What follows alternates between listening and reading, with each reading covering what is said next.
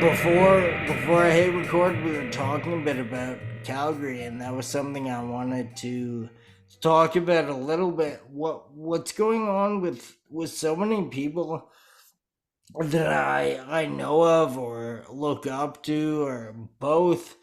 There's so many people who kind of like started, they're from Calgary and then they've moved on Mm. elsewhere ever since. Like, it makes me curious, like, what was your youth like? Was there just like powerhouses everywhere, or did like no one know what they were gonna go on to do? It's just in like so many lanes of creativity. I see so many people globally or all of Canada at least, and I know they were born and raised in Calgary. So what's going on with Calgary? Why does it like raise so many people? I think that's such a fun question. It's funny because my friends and I have some like ongoing like running jokes about that like exact sort of sentiment. We always say the joke that like you can always trust a Calgarian that you met outside of Calgary. And there's something to be said is like anyone who leaves Calgary goes on to like bring some like good energy and typically is just like someone that you can really bank on for either just being like kind of interesting and unique. I would say the rule of thumb doesn't always apply to Calgarians who are still in Calgary. There's definitely some like top tier people there, but I think there was just something about growing up there and knowing you just weren't like in the spotlight. You just kind of lived humbly and it was just like a good place to grow up. There's a lot going on. I mean, for me, a lot of my identity growing up was like rock climbing and then skateboarding came in the like later half of my adolescence. And that was a pretty pivotal moment and that definitely changed the whole discourse and direction of kind of just my formative years in my early 20s. I didn't get into skateboarding until I was 18. So a lot of my youth was just rock climbing, pretty much. That's really amazing that you would put it that way, because like kind of I had two next questions for you, and one of them Mm, would have been, were you climbing before you mm, moved out of Calgary? And the next one would have kind of subsequently be like, what was your original like kind of passion, right? Because I know mm, you as a climber and also a skateboarder, so I was actually curious which one came first, and I guess mm. you answered both, but maybe elaborate a bit. So you were like, at what age did the climbing thing happen for you, or start to happen? I to give you some, I guess to give you the general guise of the understanding of my my roots. So I come from a family of rock climbers. So it was something that's kind of always been in my life. I pretty much started rock climbing when I was 3. Like as soon as I could walk, my family would like take me climbing. It was something that's just been in my roots. Like I go rock climbing with my mom every time I go back and visit home. She's turning 68 pretty soon. And Cool. yeah, so it's really cool. It's like something, I mean, my middle name is Stone. My brother's middle names are Tree and Cloud. Like we're definitely pretty hokey pokey and a bit of one of those granola kind of families. So rock climbing has definitely always just been my bread and butter. It honestly was like for many years, it just wasn't, I didn't think it was a very cool thing. It was just like something I just inherited as my family. And I remember when I discovered skateboarding, I was like, this is when I get to be like my thing. And I remember being able to be like, this is expression. Rock climbing is just like what the family business is for me. So did you like, since you were saying skateboarding felt more like of your own thing, did Mm, you was there a difference between, like, I'm sure you were obsessed with both. Like, I mean, mm, before I was in my chair, I grew up skateboarding as well, so I know like when that gets a hold of someone, I know like the hold it can have. How mm. did how did you feel about climb? Like, did you feel like you were more supposed to be a climber and you more happened to be a skateboarder, or like did each obsession feel a bit different because of the way you came to them? So I think the best way to describe it is rock climbing was something that was kind of given to me through my like lineage and family, and I loved it, and I had passion, and it was a way for me to like connect with my older brothers. There's quite an age difference between me and my two older brothers. There's a 12, 11 and 9 year difference. So basically growing up, it was like I would watch them just excel, and they were quite elite rock climbers. They were known in Canada for being some of the best.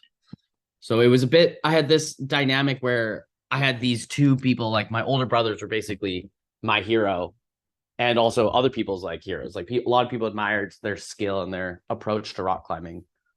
So it was really cool. But at one point, it did start to feel a bit like overshadowing, and I had a lot of trouble finding my own identity.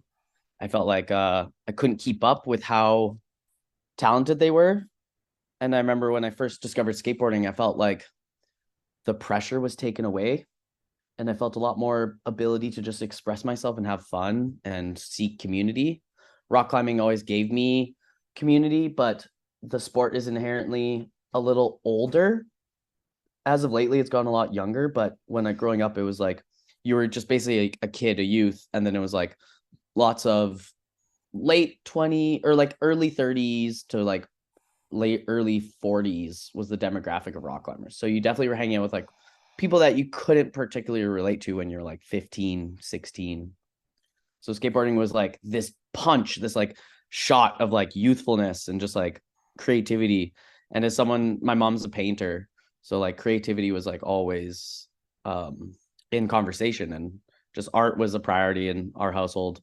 That skateboarding really gave me that sort of like physical form of expression that I didn't inherently feel at the time with rock climbing, because I didn't think I had the taste and maturity to understand how to find it. That I mean, that super lucky that you could kind of like juggle the or like find a balance between the two and like feel different ways. But like a lot of people, me included, kind of have to like pick an interest. You know, like when I was Mm, growing up, skateboarding kind of took precedent over most things, and it's weird mm, for me to think of like having a second thing that I was equally as into that didn't like eventually become more or less of the mm. thing because of the other one. You mentioning like you were climbing from such a young age, do you remember even like did you always like it, or were you ever like at a point where you felt like it was not like forced on you, but it was something like you were kind of being led into doing? Like did you ever, Mm. I guess like the skateboarding would kind of be like, did you ever feel there was something else you wanted to do instead, or were you like content with climbing since a child? No, I definitely. I mean, rock climbing is something like when I was a child, rock climbing is fun. It was just playful. Honestly, going to the climbing gym feels a lot like just being at the playground. Like you're just goofing around and just being in your body. I was a competition rock climber. So for many years, basically once I was old enough, from age 12 to 20, I joined a climbing team at my local gym, and I became a competition climber, which was in its own, it was quite successful, and I did pretty well. I was on Team Canada at the age of 17. I was competing with like world athletes. But I did get quite burnt out, and I am someone who doesn't really have too much of a competitive desire. I'd even consider myself to have like an anti-competitive desire. I really enjoy watching people push themselves more than I enjoy watch like myself winning. So rock climbing was really fun and something I always enjoyed, and I grew up enjoying it in this natural way with my family, of going outdoors and climbing outside and feeling this form of expression that was a bit, I would say, in the scope similar to street skating. And then when I would go back into the gym and be a part of the formula, I would be like this competition skater and sorry, competition climber, and it made me lose a lot of the love for it, and it felt a lot more pressure. There was like quite a lot of pressure put on you at such a young age to perform. And I actually I actually quit rock climbing for 6 years after I was able to. Once I graduated high school, I gave up on rock climbing entirely because competition just took the love out of it for me. And then you were all in on skateboarding at that point, or Yeah.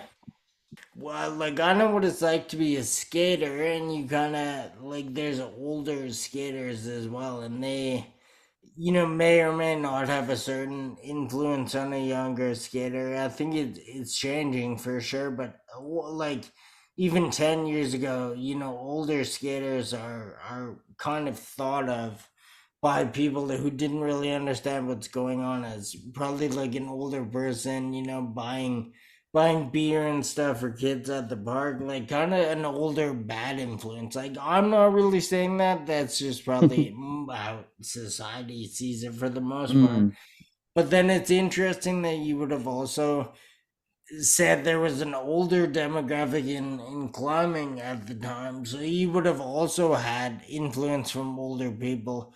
But I assume a much different, like more positive, healthier mm, influence. Like the older skaters might be encouraging the younger people to do negative things, whereas the older climbers are encouraging you to like get a good night's sleep and like eat properly on the weekend and that type of stuff. So how did you even notice a difference, and is there one that you liked better? Like was there an influence that you more thought was appropriate, or did you like not even notice the difference between the two?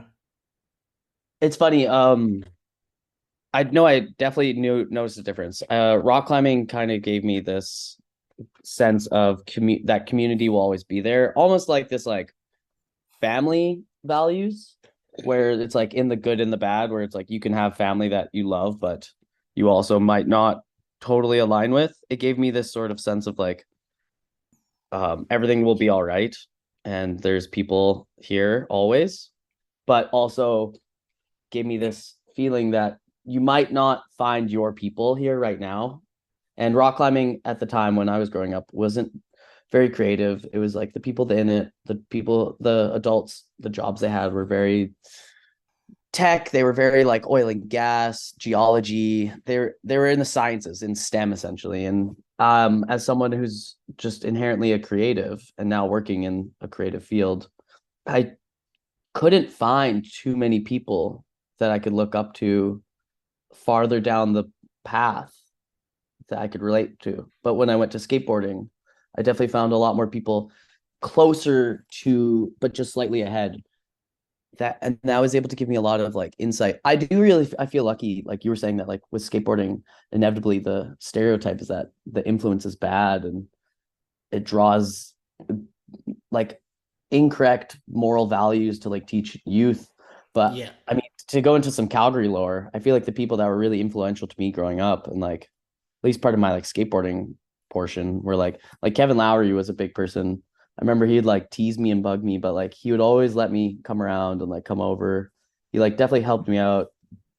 And yeah, I mean, Kevin, if you know who he is, you know like how outstanding of a person he can be and what he's done for his own city and community.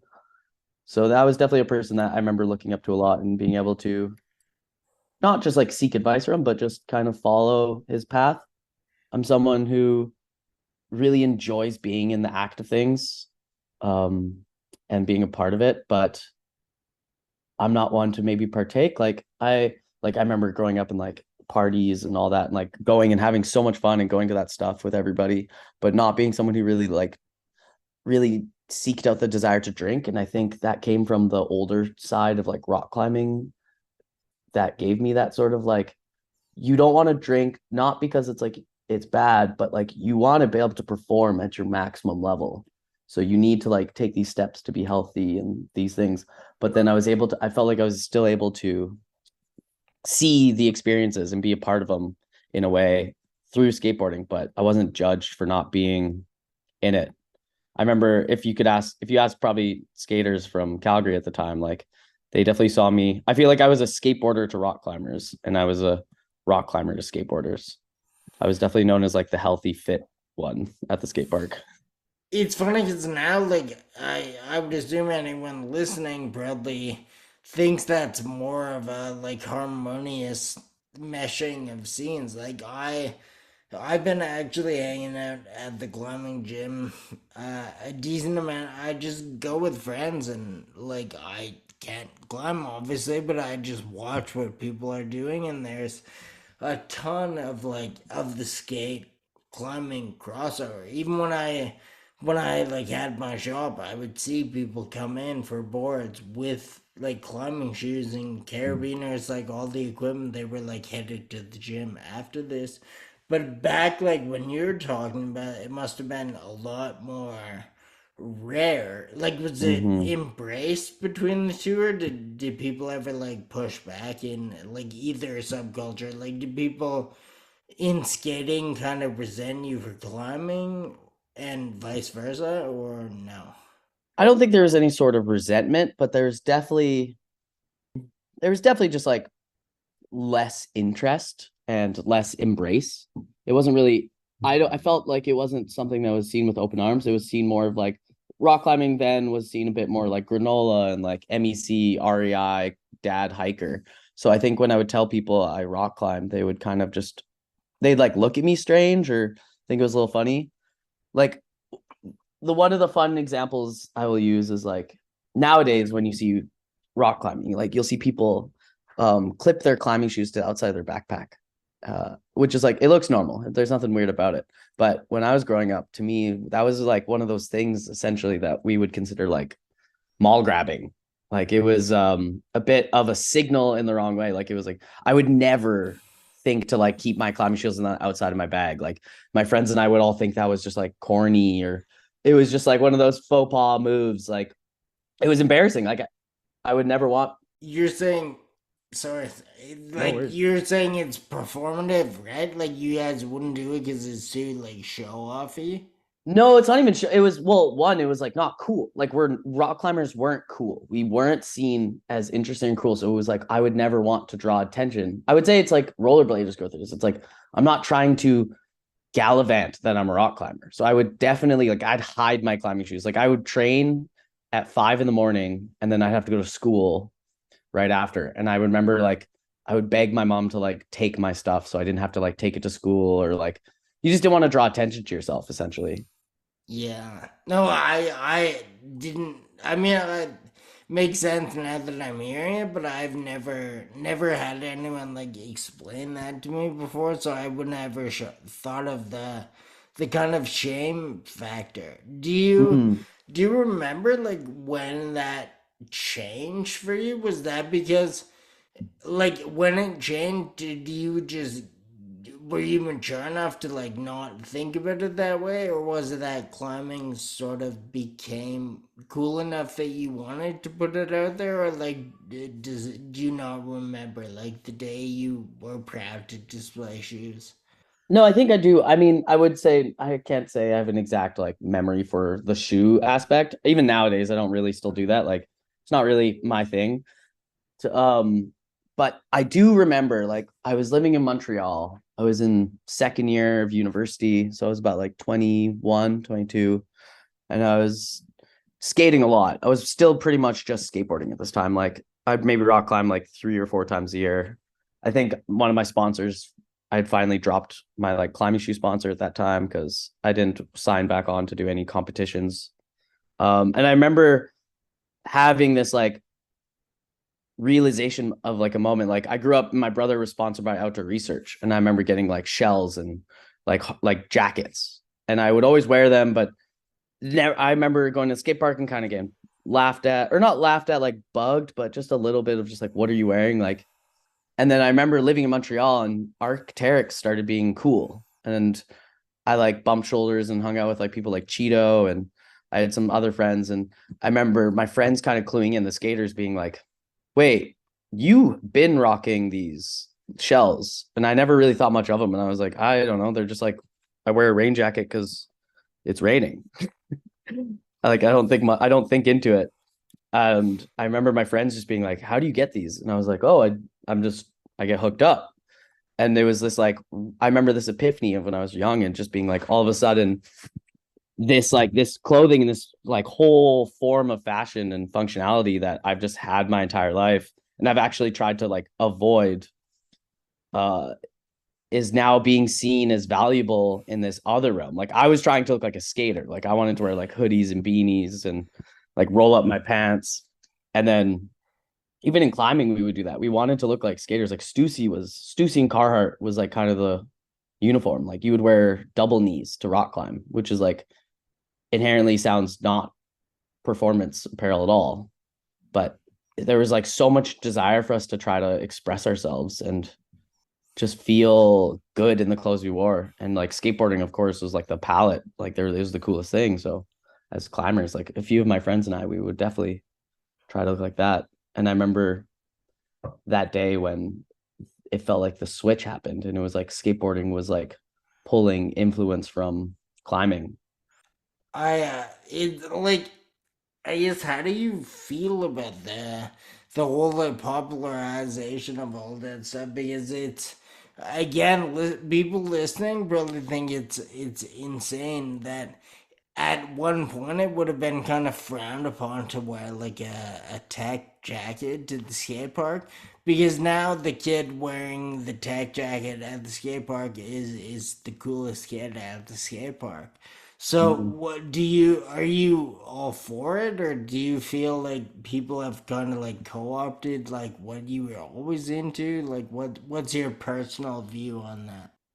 I think fashion is funny and it's tricky. There's so many sides to it, but I think with like performance clothing and like it definitely looks trendy right now, but I think all that's happening is just really if we want to look deep enough, it's like this has been in the works, the process of these worlds crossing and colliding. Like I'm sure we could go back and look at like 90s hip hop and look at like Polo Ralph Lauren and the way they would wear like those like windbreakers and things like that. It's like inevitably, I don't think anything is new right now. What's happening is just kind of what's been happening. We're just seeing new formats of it on new bodies and new people. Yeah, no, that like, I couldn't agree more. But I also love when people can even remotely break down like why this is happening. You know, a lot of Mm, people online will just make a meme or something, and mm-hmm, they're gonna, either they're for it or against it, but they don't even like take the tiniest effort to explain like why this mm-hmm. is happening.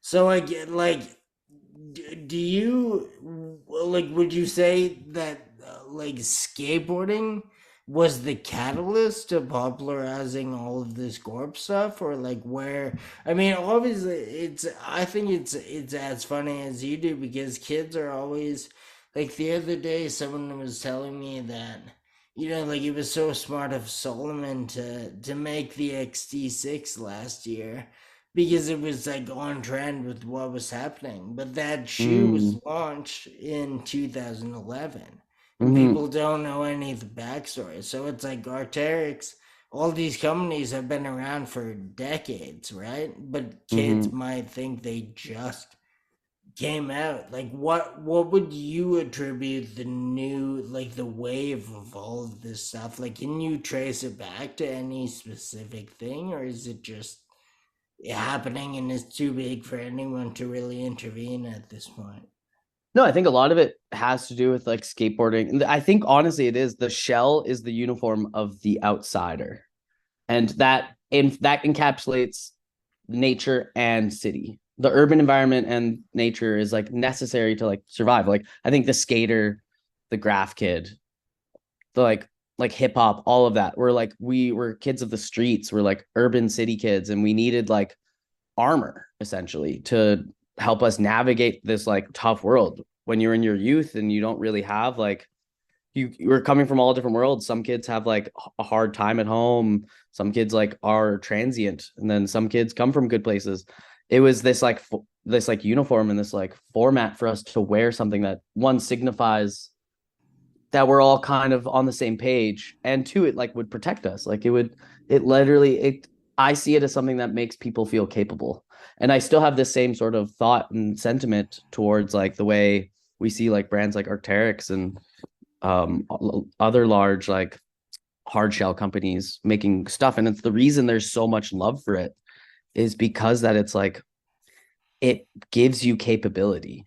And I'm all for essentially this like trend of gorp, because what I believe is like by being able to buy an article of clothing that makes you feel capable, if that's what you need to like step into an environment and a culture and a space that you inevitably haven't been welcomed into or haven't had the opportunity to be a part of in your youth, then I think, then what other purpose does fashion serve other than to make you feel empowered and have a ability? That's incredible. Very cool. That's even better than the first part of that. That's a great way to sum it up. I'm hoping like people tuned in are kind of like using that to kind of inform. Everyone likes that stuff now, but I think it's a bit better when people have somewhat of a reasoning for why they like it, and Mm-hmm. that's probably the best summing up of it all I've heard, like either on here or even like other sources I've heard kind of touch Mm. on it. That's amazing. I should have asked this earlier, but I'm always all over the place. I know you're here. Like obviously you're many things, but you're sort of here under the pretenses of climbing and balancing acts. Mm. So earlier you referenced that you were more of a community person than you were like a winner. Like you wanted to see everyone uplifted than just yourself. Is that sort of the kind of inspiration behind the inception of balancing acts? Like you wanted to create something where a bunch of people could like fall in love with the thing you fell in love with, or like what was the thought process behind Mm. you actually starting balancing acts? Yeah. In a way, I would say honestly, balancing acts was something that was, one, it was a bit of a selfish endeavor, and two, I didn't expect it to become anything other than I stayed in the moment and it was just an intuition. But to talk on that first point, I honestly had tapped back into rock climbing after being gone for 6, 7 years. And I had moved back to Vancouver. I got a car and I remember being able to go rock climbing outside for the first time in a long time. And once I touched the real rock, I remembered like, this is what I love. This is the part of rock climbing that I've grown up and I feel the care and ability in. I had met some of my old friends from like my skateboarding days, like one of my good friends, Teddy. And he was like, him and some other friends from my past all had been into rock climbing. And I was this like, I felt like I had this like renewed lease on it. And between those guys, I felt family and I felt community in the sport that I like knew so much. And I felt like they were young and new to it. And they had this creative expression and they approached it like skateboarders or BMXers would. And I remember finally feeling understood and seen in this sport that I knew so well. Like I felt like I had like 20 years of experience on it and I was only 25. And from there, essentially what I did was, as a selfish endeavor, I wanted to honestly just convert some of my friends into rock climbers, because I remember being like, I have such amazing community in skateboarding and in the arts and just in general life, like in Vancouver and Montreal, like all over the world that I've been able to go. But I would go to the rock climbing gym and I just felt so extradited. I felt so unseen. All I saw were just like inherently like cis atypical white people, and it just felt boring. It was like I was like, this sport has so many layers and abilities to be so much, and it doesn't even have to be a sport. It can just be seen as like a form of expression. And then I would just not feel that. It felt dead. It felt like a zombie when I would go to the climbing gym. So I inherently was like, I banded together my friends and just asked if we could just start bringing people out, because people would start asking. They'd be like, "Hey, I really want to try that thing you do. Like, you make it look really fun and approachable." And I honestly saw myself as just a catalyst, as like a vehicle to showcase the sport through a new direction and new eyes. One that was just like, I firmly believe in the thought that visibility creates opportunity. And if you represent what you want to, people who look like you and see you will want to do what you're doing. For sure. I was curious what you meant by selfish when you first said it, and then you sort Mm. of explained it there. But I mean, that is an oxymoron if I've ever heard one, right? 'Cause I feel balancing acts, from what I've seen from here, one of the least selfish like projects. So It is a bit of a catch 22 when I say that. I mostly just mean in the sense that like I made balancing acts as a form to make friends because I wanted to invent friends in rock climbing. I was like fed up with trying to everyone I had met in the rock climbing scene and throughout my life. I basically feel like I've met everyone in Canada. And I remember being like, I just don't have my people here. And then I was like, one day I was like, I should just make my people. I'll make my people that aren't rock climbers, and then we can just go climbing together. And how, I mean, how successful are you at making these people? Like, I wonder, how many people do you see for the first time become like Mm. reoccurring guests at these events? Like, is there Mm. a good retention? There definitely is. Everything is still in the works and like floating around. Like balancing acts is inherently, I mean, it's still just me really running it all. It's not really a business. I do it like all for passion.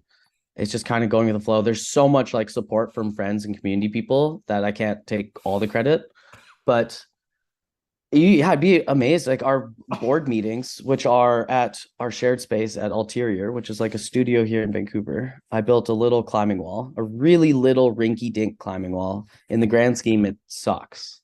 But there's like what it represents is like so much more than what it actually is. And we do an event every other Thursday. Every 2 weeks, we try to do a free climb night. And I try to make it a third space where it's just somewhere for you to get away from the rain and the mundane of the winters here in Vancouver. And we probably have at least 60 to 80 people pull through every week or every 2 weeks.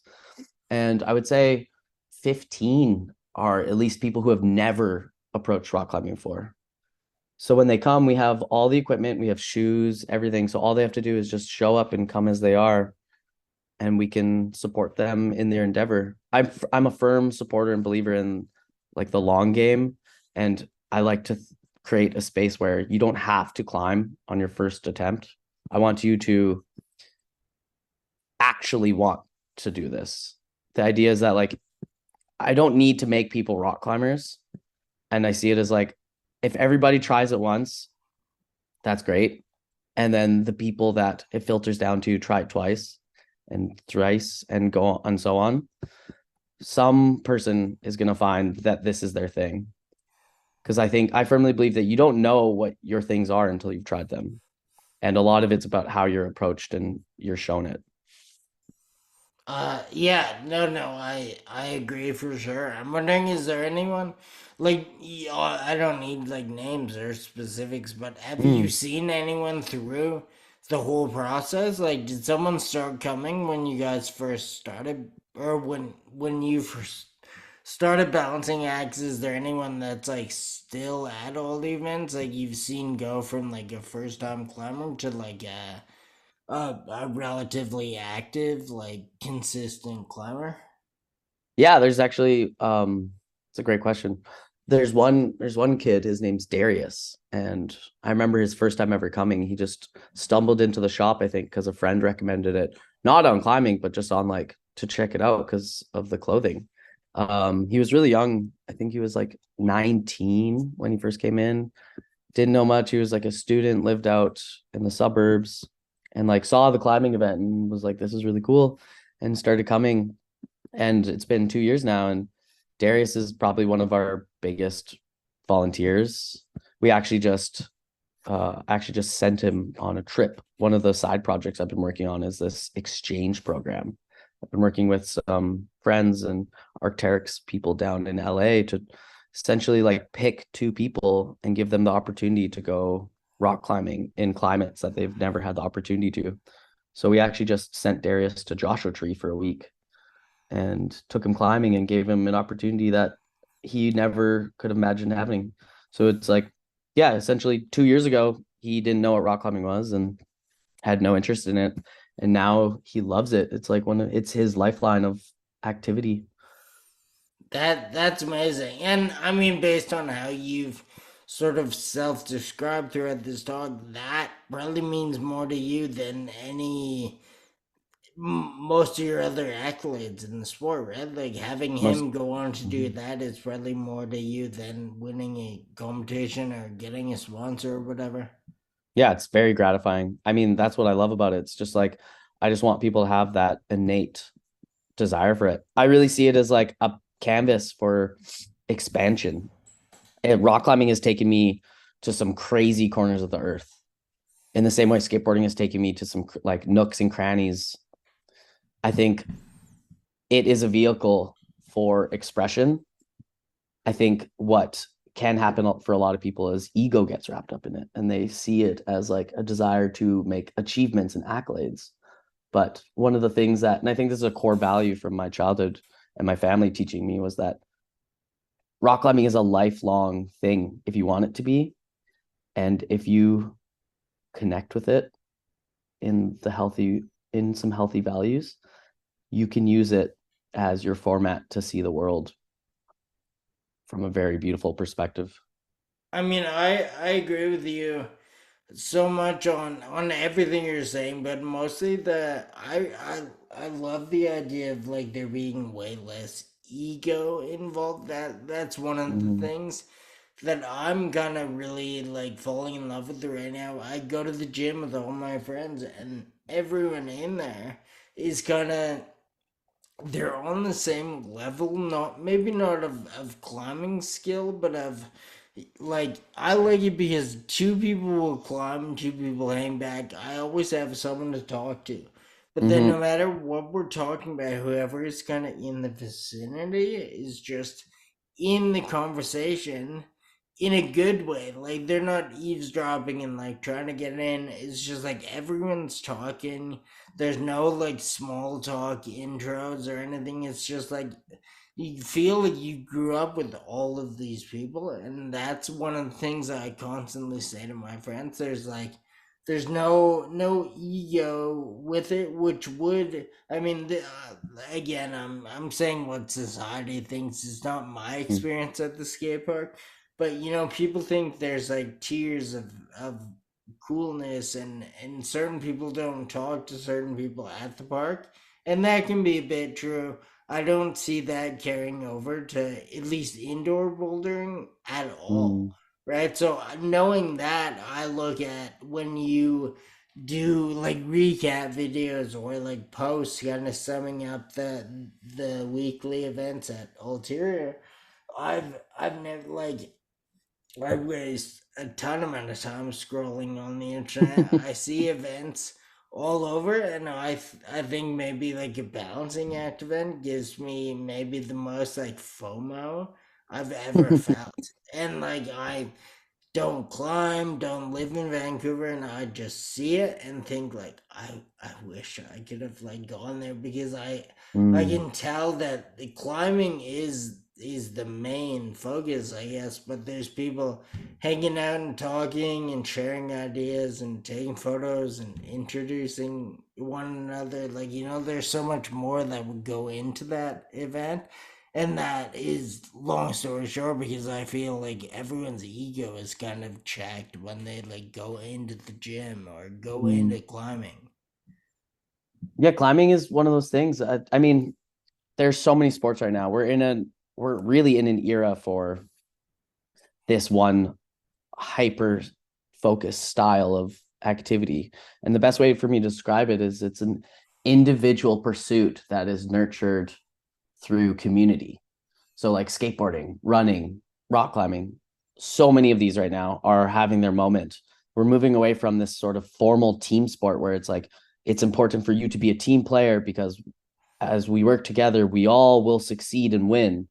But now we're moving to this like we're showing and we're highlighting these sports where it's like it's about you versus yourself, and what you put in is what you get out. And that could be physically, that could be emotionally, that could be mentally. Rock climbing, skateboarding, they have this ability for you to be a part of the experience and not have to literally be doing the experience. The fact that I'm sure you sitting at the climbing gym and watching your friends and then still being able to interact probably feels not very different than years ago when you were skating and just sitting on a curb watching your friend like battle a trick or just even just try to learn a flat ground trick. That same sort of feeling expression is inherently the same, regardless if the sports look different.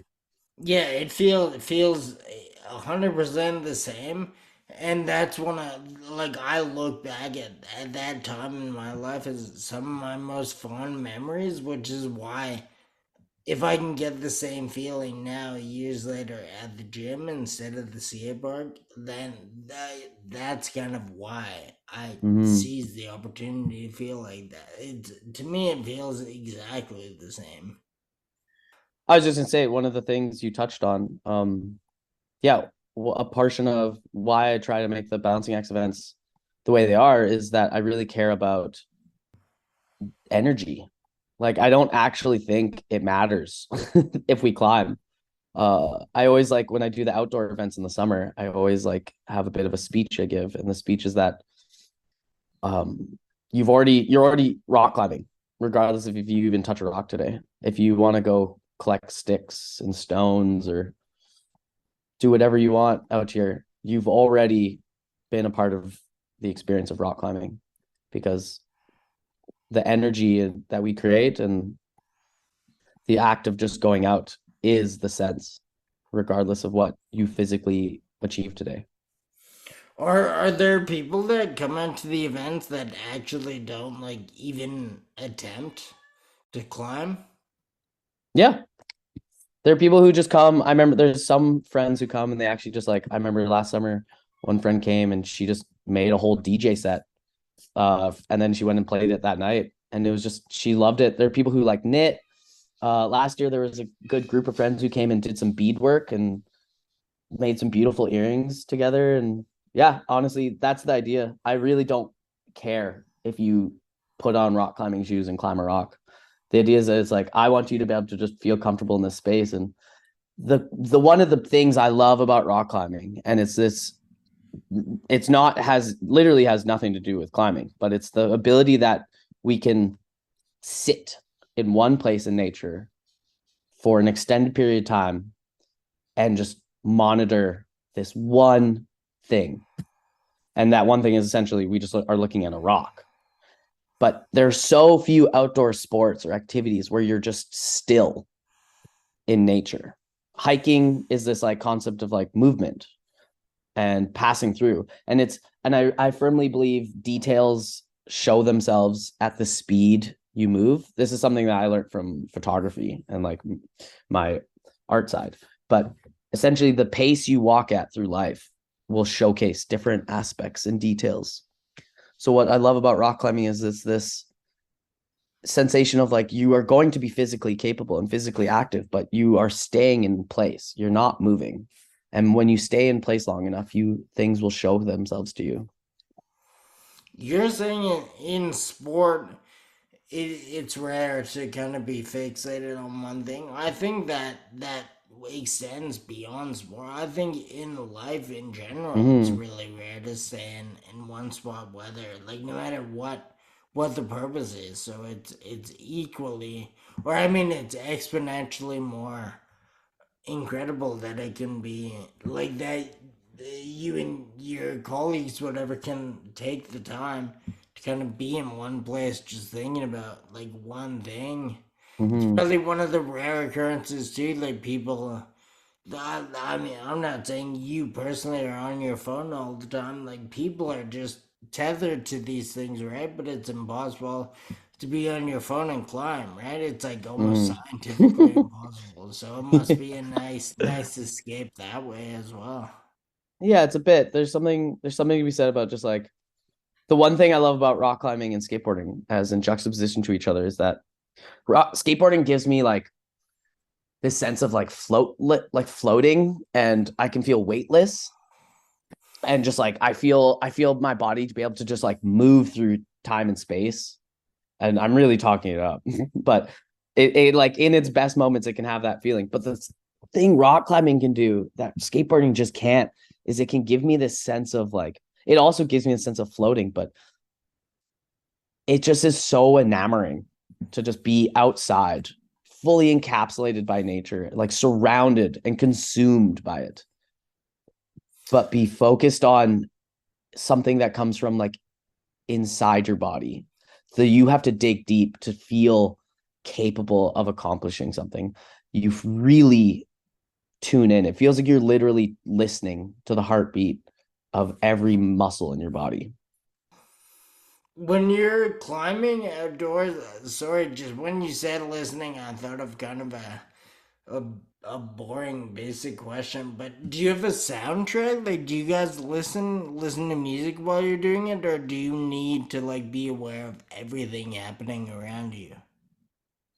I would say, okay, there's a lot to this question. Music is a bit of a complicated thing. So when you're going outdoor climbing, the inherent it's inherently a faux pas to play music. And this mostly stems from old school values. Rock climbing still is very much in this granola dad realm, right? Like I am in the minority of people trying to rock climb. Bouldering is huge and it's you see it everywhere, but I would still say it's inevitably flashy and it's loud, which makes it sound and seem like it is the majority, but the core values of rock climbing are this sort of like Smokey the Bear hiking kind of value. And music is something that one, there's values to it. Like there's reasons behind why. Music can scare away nature and disturb the overall ambience of where we're going. But rock climbing inherently is like a colonial sport that is damaging and is like there's no way to not intervene and intercept with nature Right. without having that. So I think there are times and places like I love a good session where we have music playing. One of my favorite things is night climbing in the summer when it's like hot. It's like and you're like climbing late night, you set up the lights and you're just out in nature. It's like you're warding off the bugs and you just like are blasting like house or drum and bass and you're just like climbing with your friends and it's this like interesting environment where once the sun goes down nature becomes a different palette and it has this like weird blurred line of like it's manufactured because you are lighting it and you're creating this sort of manufactured environment like the outside never literally will never look the way it looks until you've like put these lights up. So it has this like skateboarding or this like human manufactured issue to it, but it's like the palette is all natural. And it is just a such a immersive experience having the music. So there are times and places music is appropriate. Okay, now that you said this, I'm also curious. Like, you referenced the drum and bass. I've watched ton of your videos. I just watched the video you were a part of that your friend made. Yeah. And I hear a lot of drum and bass in those videos. So is that just you and your friend's taste, or is that kind of the whole scene sort of leans that way No, musically? it has cultural significance. So rock climbing, okay, so from my world and like my little bubble and neat niche little pocket, we are obsessed with the early 2000s of rock climbing. So rock climbing was a lot like skateboarding. There was a moment in time in era for it where it was like it was the best. The 2000s right now where everything is like Y2K is it, right? Like trending, fashion, everything. But there was a time where there were these climbers. They were like on the forefront of bouldering and they were just they were just badass and they were making these videos and they all had drum and bass as a soundtrack but they were just bouldering they didn't know what they were doing and they kind of got to be the first climbers out there doing what they do. The fashion was like it was cool, the expression was cool, like there was less ego and just all expression. Some of the videos at that time, there's this series called The Dosage. And the best, honestly, the best way to compare it to if anyone who's a skateboarder is listening is like the Dosage series, there's 5 of them, is similar to Static. And then there's this other video called Rampage, which is honestly, in my opinion, it's like this is skateboarding. It's like the America, this is skateboarding of rock climbing. Those 2 videos, Rampage is great because it's on YouTube, and I think it's basically the only free video out there that encapsulates that time and era. There's definitely more nooks if you like look deeper, but Rampage is the formula for a lot of modern day boulders and climbers right now. I bet if you went to the climbing gym and you asked them if they'd watch Rampage, a lot of them will like swear by it. Rampage is a video that will speak to skaters more than it'll speak to climbers. Climbers know what climbing's like, and they already like the sport. But what I love about that video is that it has that skateboarding energy. It's all filmed on like VX and like Handycam and Fisheye, and it's just dope. It's I've watched it, like I have it on VHS. I watch it on my TV all the time. I was about to ask actually if any of the production, like if you think of what goes into it, like an early 2000s skate video is the same equipment used, like VX, fish eye and stuff. But yeah, I guess. Yeah, I mean, me and my friends, we all film with like HVX, or like I film with an HVX, and like I have like some MiniDV cameras, and but I think that just has to do with like what I inevitably have as my like foundation for expression. I see skateboarding, and skateboarding is like what influences me. So that's just what I touch on and draw on when I go out rock climbing. I feel like I knew it existed at one point, but in this day and age, I haven't seen it exist as much as I'd like. So I'm just trying to be what I want to see. If my timeline lines up with when you started and what your age is and stuff, you would have probably grown up, like all that stuff is kind of ingrained, like old skate videos from that time. I remember them.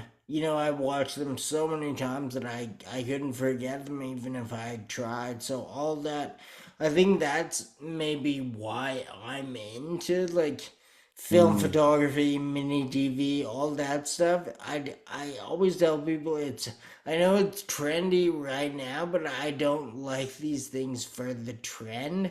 It's because I grew up seeing things that looked like this and then just wanted to make those things when I got old enough to be able to. It sort of mm. sounds like you, same way. Like you would have grown up, things look that way, so you want to recreate things that look like they did when you were watching the videos every day after school. Yeah, definitely. The first skate video. What was your first skate video you ever watched? Eastern Exposure, which I mean they're amazing. They're all on YouTube too. I actually grew up in Kitchener, Ontario, so we were like Okay. such a small town. But I think a friend of mine's parents went to New York. There was somehow we ended up with this VHS. We watched it over and over again, never knowing it was like cool. Like I mean, it was the coolest thing to us, but now it's kind of looked at as one of those like classic old New York like black and white videos. We had no idea that it would be like kind of looked at as like almost fine art later in life. It was just the only video we had, so we watch it over and Mm, over again. Mouse is another one, like Welcome to Hell, cool. obviously Yeah, the classics. right now. And I'm trying to fulfill the dream, of course, like Muska was the goat back then. Mm. Do you think like as we're kind of juxtapositioning skating and climbing for most of this talk, do you think the heydays of each kind of line up, or is that just because like you were paying attention since the early 2000s? Like, do you think the best climbing happened kind of alongside the best skating? Is it early 2000s is like the best of both for you? Yeah, I would say so. I mean, I would say it's tough to compare because skateboarding is so much bigger and had so Yeah. much more of an audience than rock climbing. But some of the best climbing, the climbing that means the most to me and it has influence on me definitely was from the same era of skateboarding. There was just, I think, a time then, and I think it's for a lot of things. It was really just like our reliancy on the internet was far away from where it is now. And it was just people going out and doing what they're doing. And the world was, it felt a lot more like there wasn't a blueprint for what to do. So I think there was a lot more just like intention and curiosity with expression in rock climbing and skateboarding and fashion. There was just this sort of like desire to make that humans inevitably have, but we had less of an ability to compare to other things and generate influence. So we had to just they had to draw a lot more from within themselves. Do you ever think about like it seems that even though climbing is like rapidly, at least around here, like getting more popular, and you know things like balancing acts are definitely fueling that type of thing. But I feel you're still maybe in a position to not, maybe not as much of an unwritten book as it would have been back then, but I still, you maybe have to adhere less to what's happening than someone trying to get into like a more, you know, someone trying to like start a skateboard company right now or Mm. streetwear or whatever. There's more like kind of rules built into it, but like do you still feel that climbing and bouldering has like more of an open book potential compared to like some other subcultures that are more like fleshed out these days? I think a bit so. I think rock climbing essentially hasn't had the it's grown in some formats. And one of the formats it hasn't grown as much is in its like creative expression and output. I think right now we're definitely in our mid to late 2000s era of rock climbing. Like what we're seeing right now is essentially what we were seeing in skateboarding 10 years ago. And it's really exciting. There's just so many new faces and forms of expression. There's, I mean, for every good, there's also like maybe some less cool, more cringe, but all forms of expression are important in a sport that can house space for everyone. But what I am loving right now is this ability for people to see it as less of a ego and performance and identity based activity, because a lot of what rock climbing has been based on is this sort of like what's the best way to describe it is like this like Pokemon kind of like capture and collect. So much of rock climbing right now and bouldering specifically is this sort of like chipping off names and climbing certain things. Like I went and climbed that climb. But what I'm really excited on, and the people that I'm excited on right now are people that are kind of going out there and finding new ways to either climb things that have already been established or go and desire to create new lines. And it's not the easiest pursuit, but if you do it right, you can really find some pretty special stuff out there. What if you had to guess, like what would be the next? I always like trend. It always has kind of a pejorative meaning to me, so I try Mm. not to like boil things down to trends. But if you had to guess, like what's next in climbing, like what are people gonna be doing a lot of next year? Could you guess? Mm.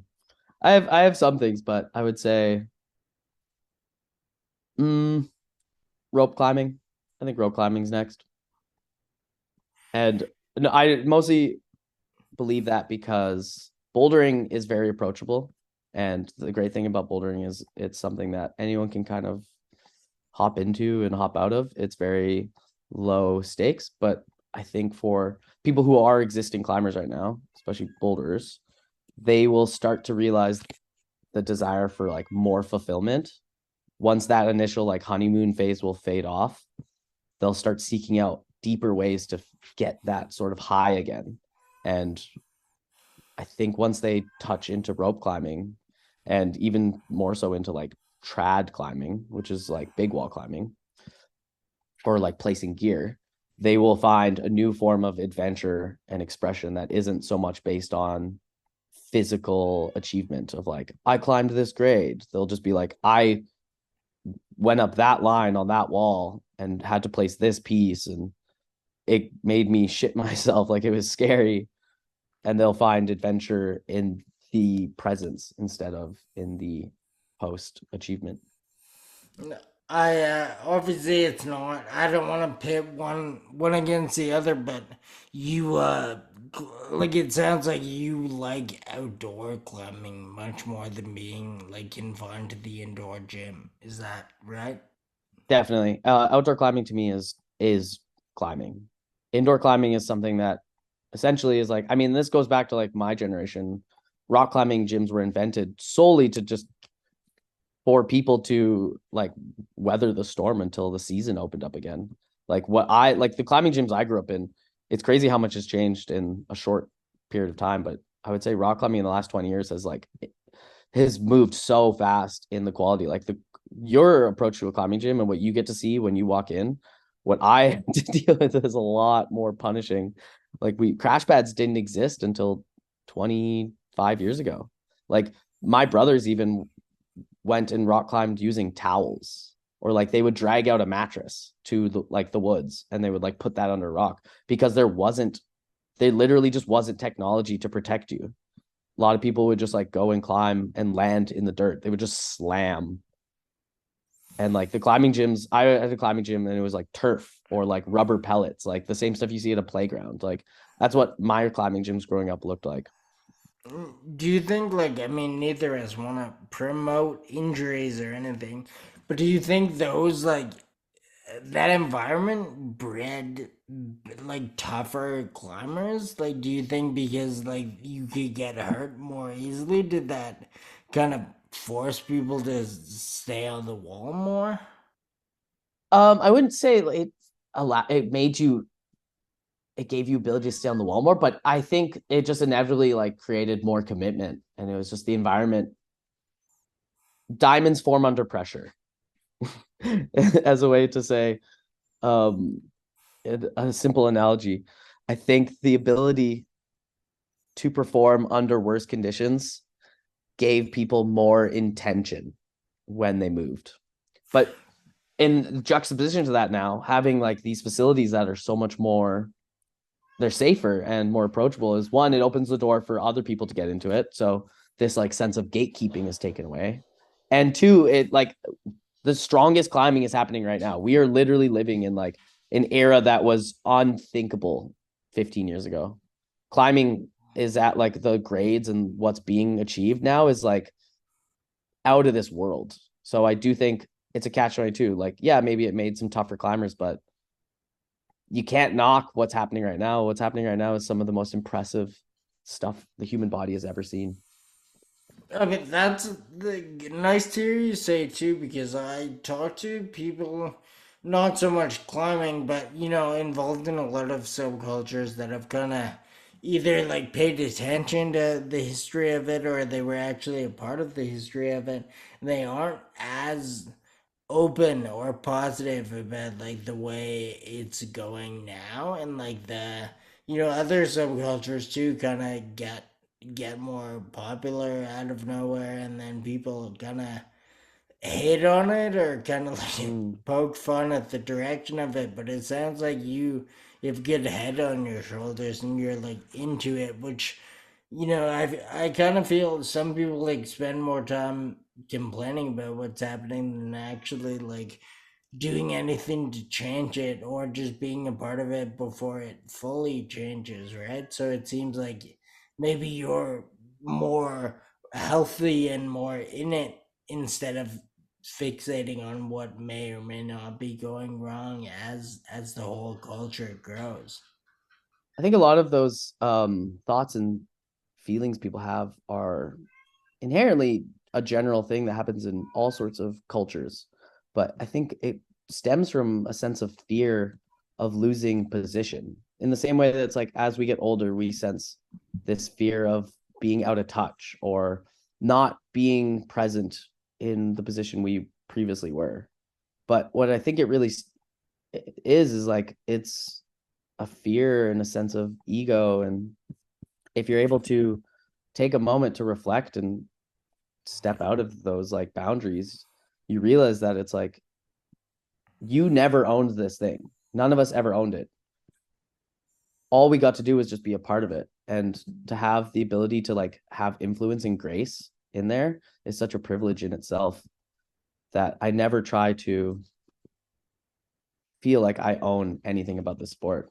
This sport has given me so much. This like culture has given me so much, but I am only just present in it for when I want to be present. And that's why I think it's unfair for me to try to want it to be anything it isn't.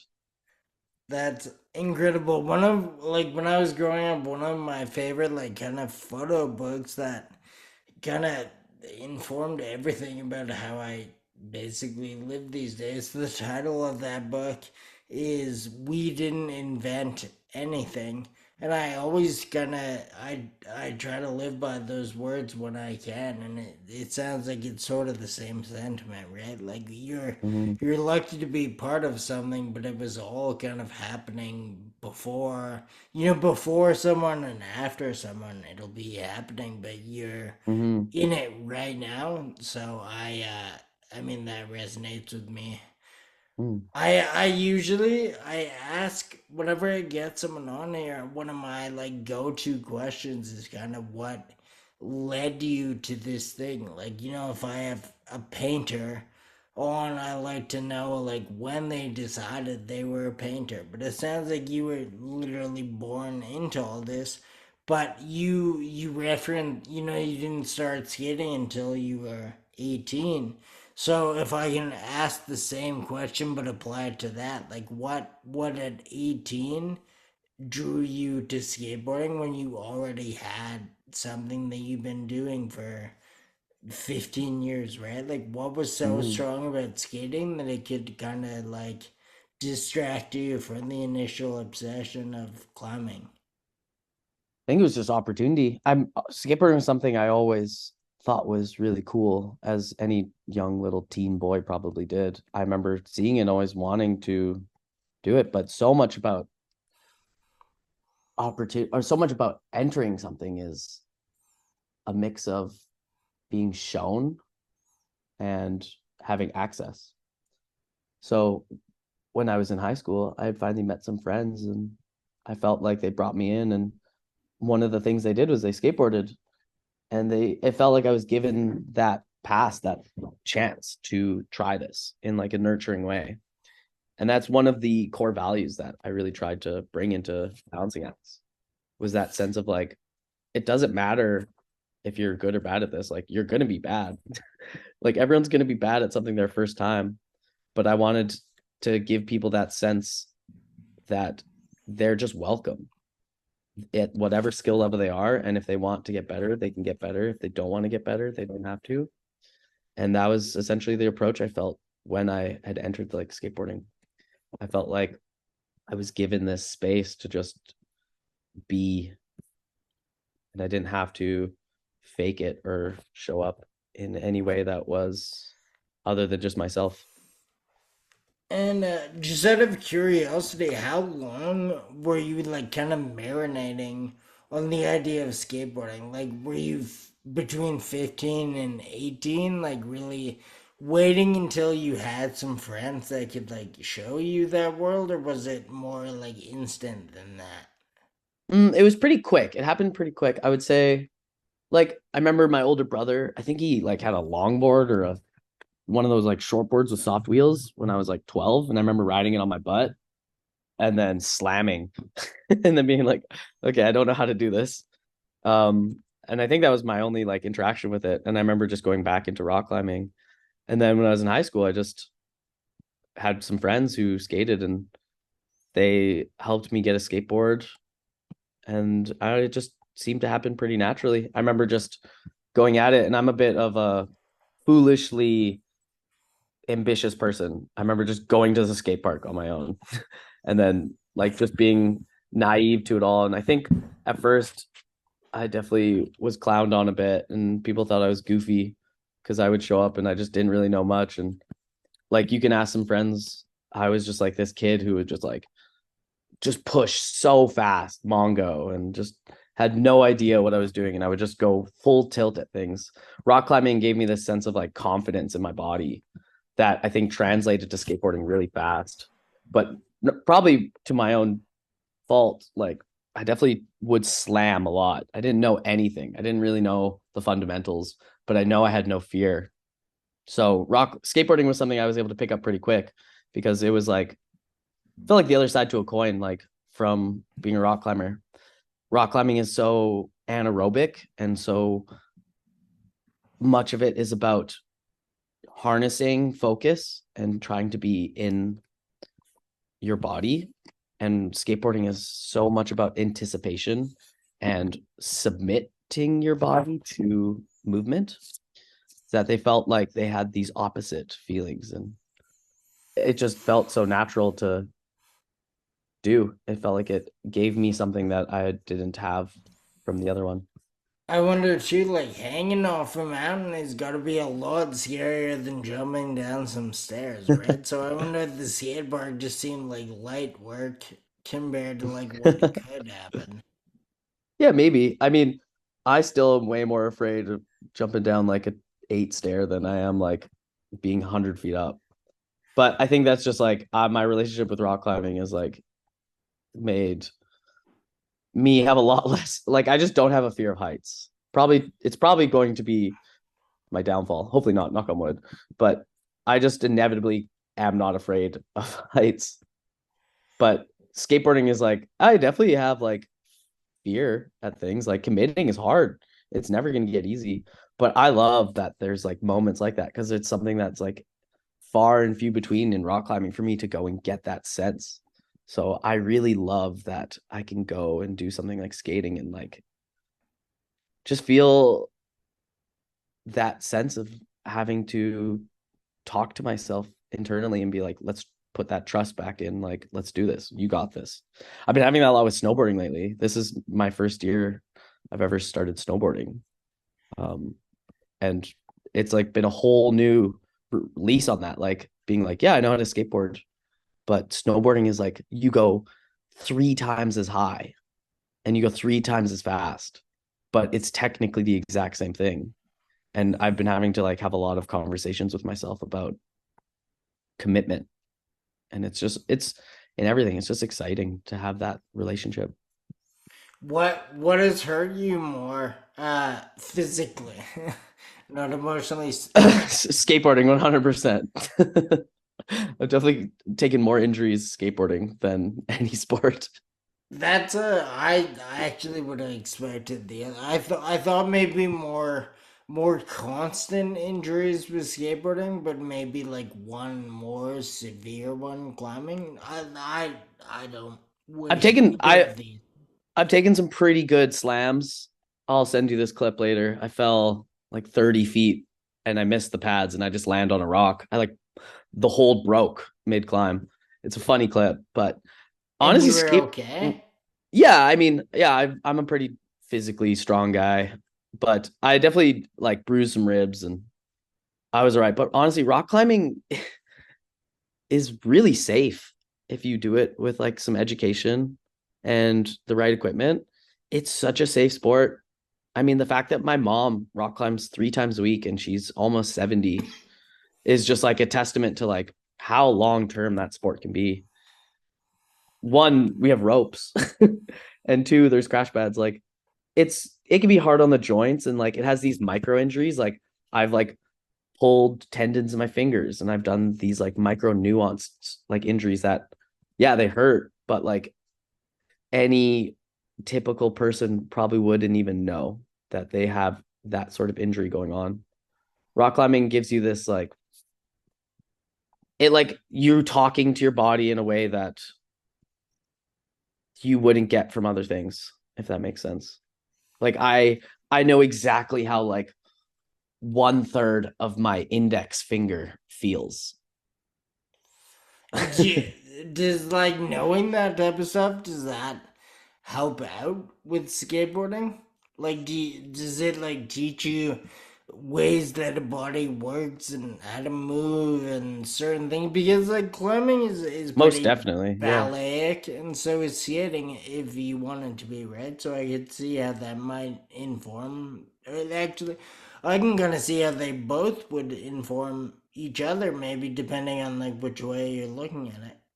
100%. I think they inevitably are tandem to each other. They live in this same world of just like body trust, like putting trust into yourself. I always tell people when they're getting into rock climbing that it's not really a sport about strength, but it's a sport about capability. When you're born, you have grip strength. Like a baby can hold itself up. If you grab, like if you meet a newborn anytime soon, you can grab its fingers, like its hands with your like two fingers, and it will have the ability to literally grip and hold itself. We're born with this ability. We're born without a sense of fear of heights. It's something that we learn as time goes on. But if you are given the right environment to nurture the capability, then you can kind of feel unstoppable in the sport. And I think same thing goes for skateboarding. All it is really just, yeah. You're not scared of heights because you have just been really high up since you were three. Yeah, exactly. It's just been, I've had a healthy relationship with it. So it is like if you become a parent at some point, is it something you would kind of instill in your child? Like, would you want them climbing? Yeah, I don't expect, I wouldn't have no expectations for them to pursue it for their entire life, but I would definitely introduce it to them at a young age. Cool. Um, it's just, I mean, I have two nephews. My oldest brother has two kids, and they're 5 and 7. And I've been seeing those guys go to the climbing gym since they're born, and they don't see it like they're rock climbing. They just see it as they're playing. And like, unfortunately, that's how I see rock climbing too. Like, I mean, if you saw me at the climbing gym, you might actually think I'm a bit of a nuisance because of the way I rock climb. I bounce around, I like do cartwheels and I goof. Like the climbing gym to me is just this like playground. Like I don't see it as anything other than just somewhere to go have fun. It's for some people, I think, who haven't had this relationship to outdoor climbing, they can see a bit of it as frustrating because it almost looks like I take it for granted. They have, and this is where I go back into like that concept of like trying to get your ego out of climbing. I know so many people have been frustrated with me or people like me for how capable I can be climbing, but also how relaxed and easygoing I can be with it. But I think for what they're seeing is that they have to have a bit more empathy in the journey and concept of like, I've come so far, I've done so much, I've been put through so much of that hard work, no fun for so many years that all I want now is to just have joy in the act of doing it. Yeah, I'm wondering is that based more on your personality, or do you try to keep it as fun as it can be? Because that like prolongs how much fun you're having doing it. I think it, to me, as someone who enjoys multiple types of sports and things like that, I think once the fun is gone, I would quit. I quit for Yeah. 6 years because the fun wasn't there. I felt like I had been abused to become performance instead of joy. And once the joy was gone, it just is gone. I have ADHD, I'm neurodivergent, and like one of the big things with that is that joy leads life. And there's like this quote I like kind of live by, and it's you say energy flows where attention goes. And the thought behind that is that when something isn't fun, you're not going to be present to do it. So I really think the best way to get good at anything is to just make it fun because then you'll want to do it. So that's one of the big things I try to inspire and do with like balancing acts and just my way of approaching rock climbing. I try to be really playful and with the videos I make and everything, it's honestly all of it's just to try to make others feel some sort of sense of desire to do it too. Yeah, I feel like no one, I mean, maybe some people, but like me and people I can think of, they probably are more drawn to something that like doesn't take itself as seriously as it could. Like, yeah, I'm not at all saying the sport isn't serious, but you don't have to be like 100% like straight laced, like fully serious about Hmm. every aspect of it. I feel like I maybe that's why I like look so longingly at your videos and like wish I was a part of that. Maybe if they Hmm. were like they were more serious and it was like just like an HD like outdoor climbing video, maybe I wouldn't like feel as like enticed by it or as like drawn to it. I think there are time and places for intention, but overall, I think the idea is that it's like I want a relationship with this for life. And the best way to do that is like you have to have the whole spectrum from intensity to the mundane. Right. I have one more question. Yeah. When you took that hiatus for the 6 or 7 years you're talking about, prior to that, were you like as bubbly and like fun with your climbing, or is that something you kind of decided like you would do this to avoid another hiatus, like when you came back? Mm. No, I've definitely been quite playful. I mean, if you, I'm sure there's some people at your climbing gym because where you live is not far from where I grew up. If you asked or poked around and tried to find some information on me, you'd definitely find that I was a bit of like a funny, hyper kid. I was always one to just be having fun and just doing my thing and not never taking it too seriously. There were times when if I did take it seriously, I was really hard on myself. And I think a lot of that had to do with just like the environment of being in competitions and not understanding and having the words and the maturity to realize like what I wanted to get from climbing. But as I've gone older, it's gone easier. But I've always been quite playful with it. I've always like enjoyed photography. I would take pictures and I wasn't making videos in the same way that I'm making now, but I think it was just a thing of not knowing that that was something I could do. This whole chat, like, probably I don't want to offend any of the guests, but this is probably my favorite chat I've been able Oh to have. wow. I was very curious about everything you're up to, and you explained it all perfectly. You're gonna be episode 100, which Wow, that's I fun. don't I'm not that superstitious about all of it, but that is a cool number. I never thought I'd make it to even like 10, so being at 100 is cool. I really appreciate you answering all this. I learned a ton. I'm gonna almost immediately go and look for the that video on YouTube Yeah, Rampage. I'll send you some fun links. Yeah, please Yeah, do, and then I'll include them in show notes. Maybe other people yeah. like it too. But before before we hop off, do you want to let anyone listening know where they can like access you or Balancing Acts online? Yeah, I was gonna say something similar to that. Yeah, I love sharing information. I'm all for not gatekeeping. So if anyone ever has any questions or curiosities, like they can always just reach out to me. Instagram is probably the best platform. My handle is rocks.ca, but I love sharing whatever I've learned in my life and doing my best to help others be the best versions of themselves. And then balancing acts, you can reach it on Instagram at balancing_acts, or our website is balancing-acts.ca. Yeah, that's pretty much it. I don't really have much else that I need to say or showcase. I try to be pretty humble. Incredible! Thank you so much for giving me the time to ask these random questions. Enjoy the rest of your day, Yeah, take and care. talk soon. Yeah, I'll talk to you soon. Bye.